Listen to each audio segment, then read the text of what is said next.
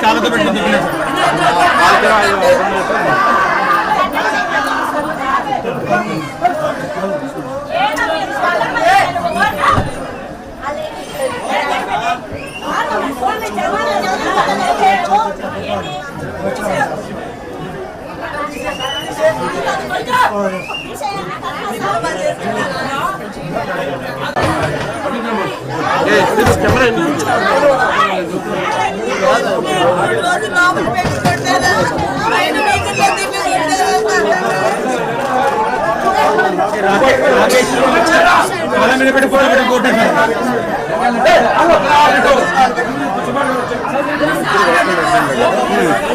కాలతో పెట్టుకుంది కాలతో పెట్టుకుంది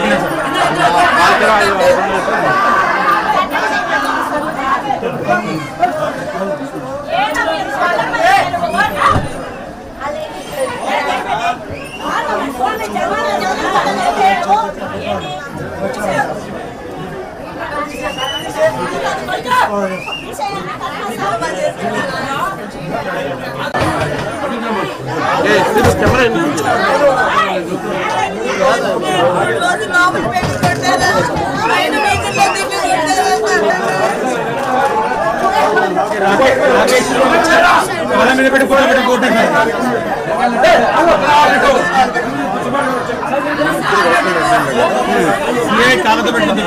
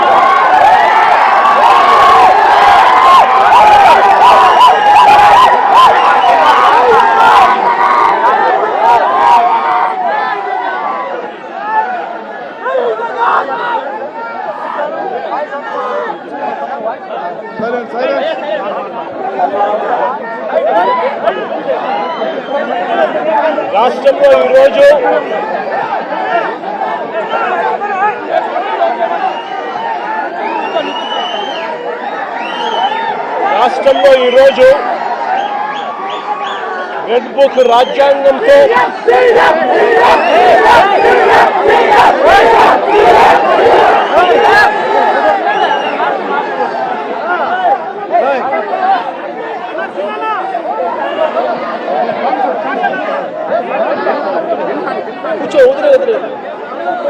రాష్ట్రంలో ఈరోజు రెడ్ బుక్ రాజ్యాంగంతో ఏ రకంగా అదుపు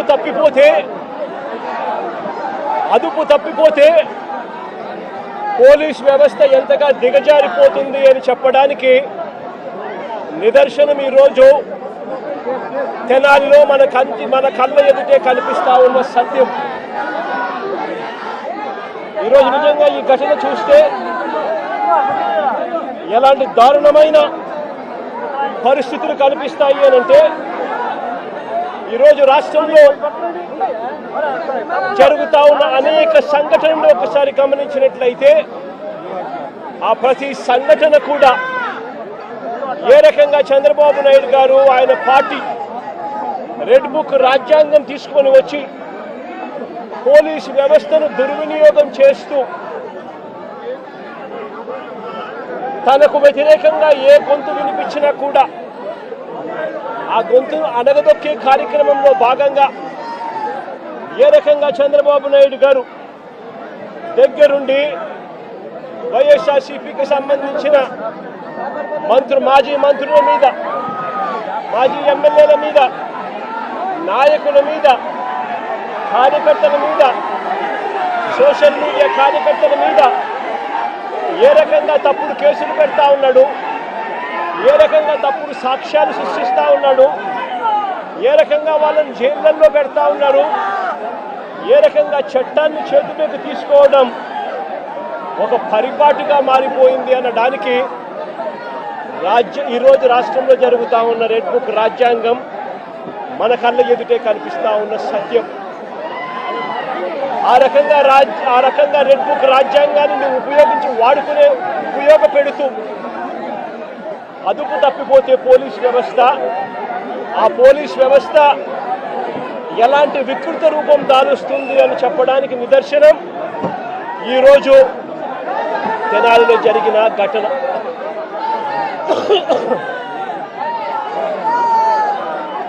సరే, రాష్ట్రంలో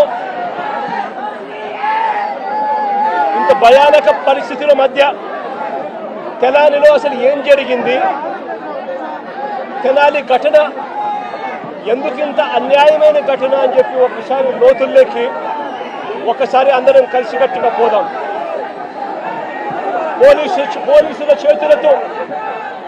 పోలీసుల చేతిలో దెబ్బలు తిన్నవారు రాకేష్ అనే పిల్లోడు, దోమా రాకేష్ అనే పిల్లాడు, ఇంకొక పిల్లోడు షేబ్రోలు జాన్ విక్టర్ అనే పిల్లోడు, ఇంకొక పిల్లోడు కరీముల్లా అని.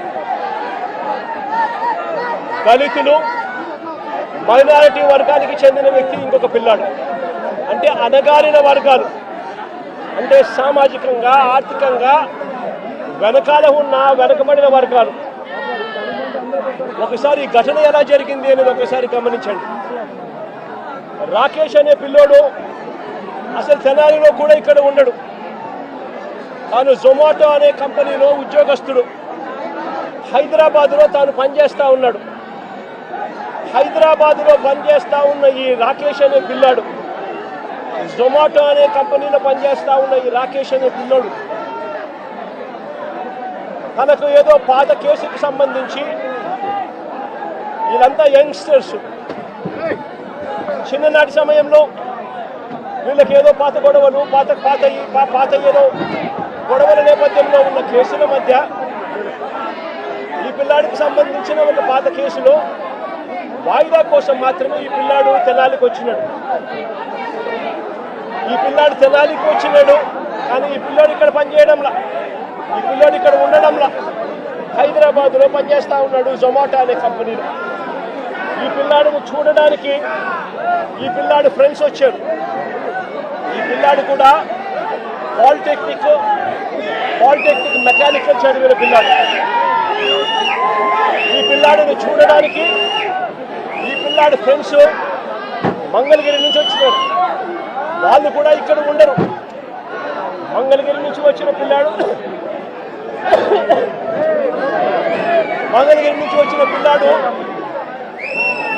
విక్టర్ అనే పిల్లాడు. ఈ విక్టర్ అనే పిల్లాడు జూనియర్ అడ్వకేట్.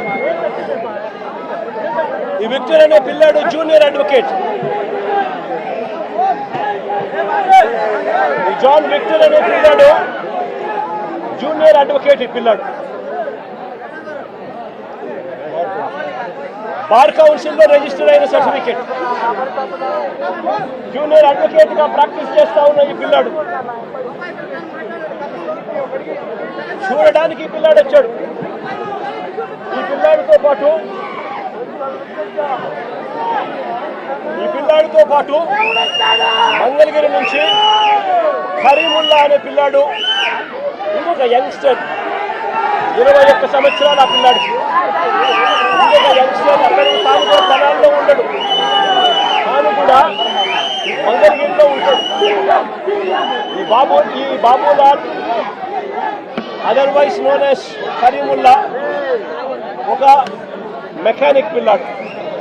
ఈ పిల్లాడు కూడా ఫ్రెండ్ కాబట్టి తాను చూడడానికి వచ్చాడు. వీళ్ళు ముగ్గురు స్నేహపూరితంగా కలవడానికి వస్తే ఇక్కడ వీళ్ళు వచ్చే టయానికి ఇదే ఐతానగర్లో అంబేద్కర్ విగ్రహం వద్ద అదే సమయంలో సివిల్ డ్రెస్ లో ఉన్న తాను కానిస్టేబుల్ అన్న సంగతి కూడా ఎవరికి తెలియదు. తాను సివిల్ డ్రెస్ లో తాను ఉన్నాడు. ఆ కానిస్టేబుల్ ఎవరితోనో గొడవ పడతా ఉన్నాడు.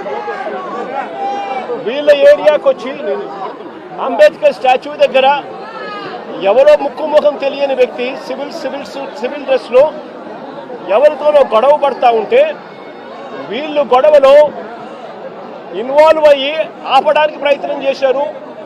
ఎందుకు మా ఏరియాకి వచ్చి ఇక్కడ గొడవ పడతా ఉన్నామని చెప్పి అడిగినారు.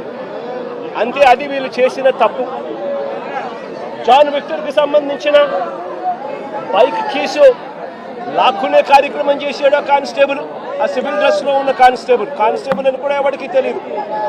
జాన్ విక్టర్కి సంబంధించిన ఫోను లాక్కునే కార్యక్రమం చేశాడు.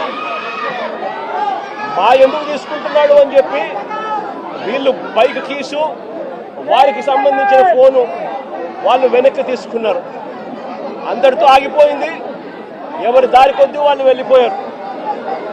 జాన్ విక్టర్ మళ్ళీ మంగళగిరి వెళ్ళిపోయాడు. బాబులాల్తో అదే మన కరీముల్లాతో పాటు కలిసి అదే మాదిరిగానే రాకేష్ తన ఇంటికి వెళ్ళిపోయాడు.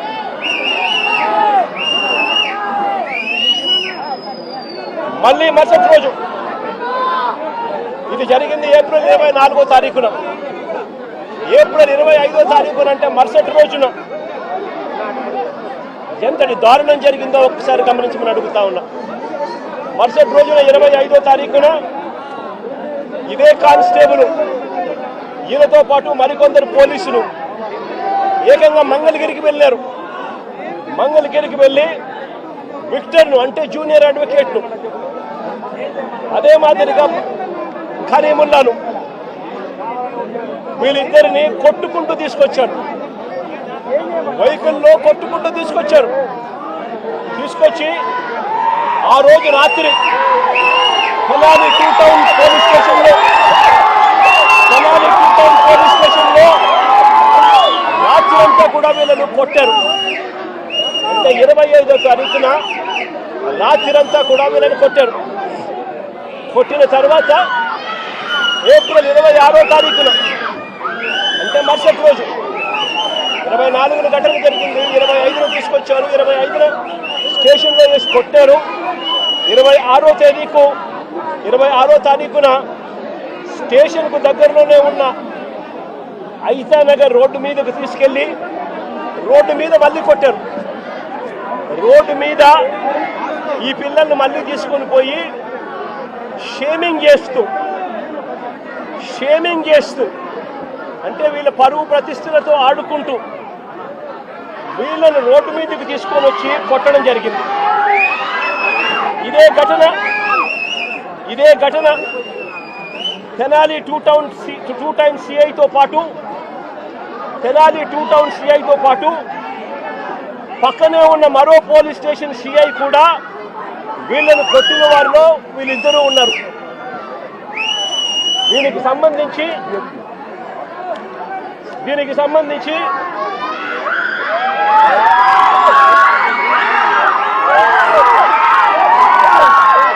ఆ రోజు అతి కిరాతకంగా నడి రోడ్డు మీద అతి కిరాతకంగా నడి రోడ్డు మీద వీళ్ళ పరువు ప్రతిష్టను తీస్తూ నడి రోడ్డు మీద అతి కిరాతకంగా పోలీసులు కొట్టిన తీరు ఇది.